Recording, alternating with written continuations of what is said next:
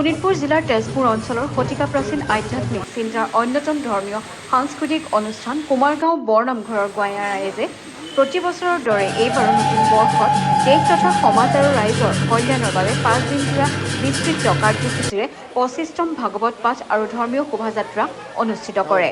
পুৱা বৰনামঘৰত প্ৰথমে পবিত্ৰ ধৰ্মীয় ধ্বজা ভকত তথা সমাজকৰ্মী নৃপেন বৰাই উজ্জ্বলন কৰে আৰু উষা কীৰ্তনেৰে নামঘৰত সেৱা প্ৰাৰ্থনা জনায়।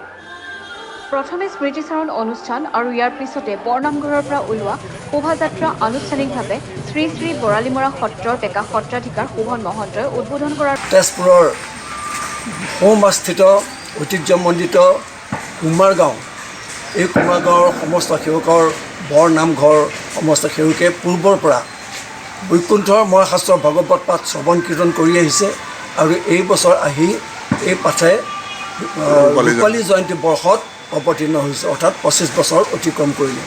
এই উপলক্ষে সমস্ত কুমাৰগাঁওবাসীৰ বৰ নামঘৰৰ সেৱকবৃন্দই এই ৰূপালী জয়ন্তী বৰ্ষক বিভিন্ন কাৰ্যসূচীৰে পালন কৰাৰ অৰ্থে তেওঁলোকে আগভাগ লৈছে আৰু আজিৰ পৰা সেই পাঠ 3দিনীয়া কাৰ্যসূচী লৈ পেলাই শ্ৰৱণ কীৰ্তন কৰিব বুজি নাপায়।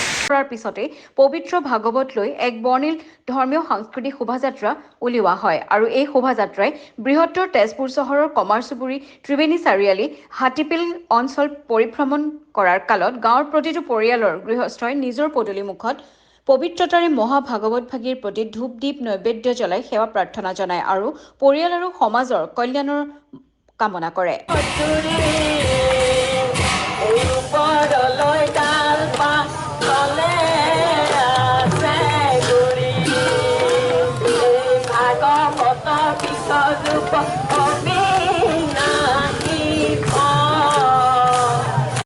এই শোভাযাত্ৰাত বিশেষকৈ চেমনীয়া গায়ন বায়নৰ যোৰা ভাগৱত সজ্জিত ৰথ আৰু শ্ৰী গৌৰীয় মঠৰ শ্ৰৱণ কীৰ্তনৰ দলেও অংশ লয়। শোভাযাত্ৰাৰ কালত ঘোষা পাঠ কৰি এক আধ্যাত্মিক পৰিৱেশৰ সৃষ্টিশীল দৃশ্যই বাটৰুৱাকো উপভোগ কৰি তোলে।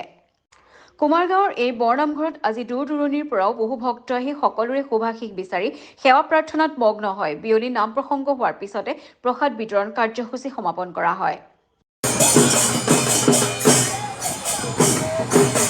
গোটেই ঢাকি আহিছে।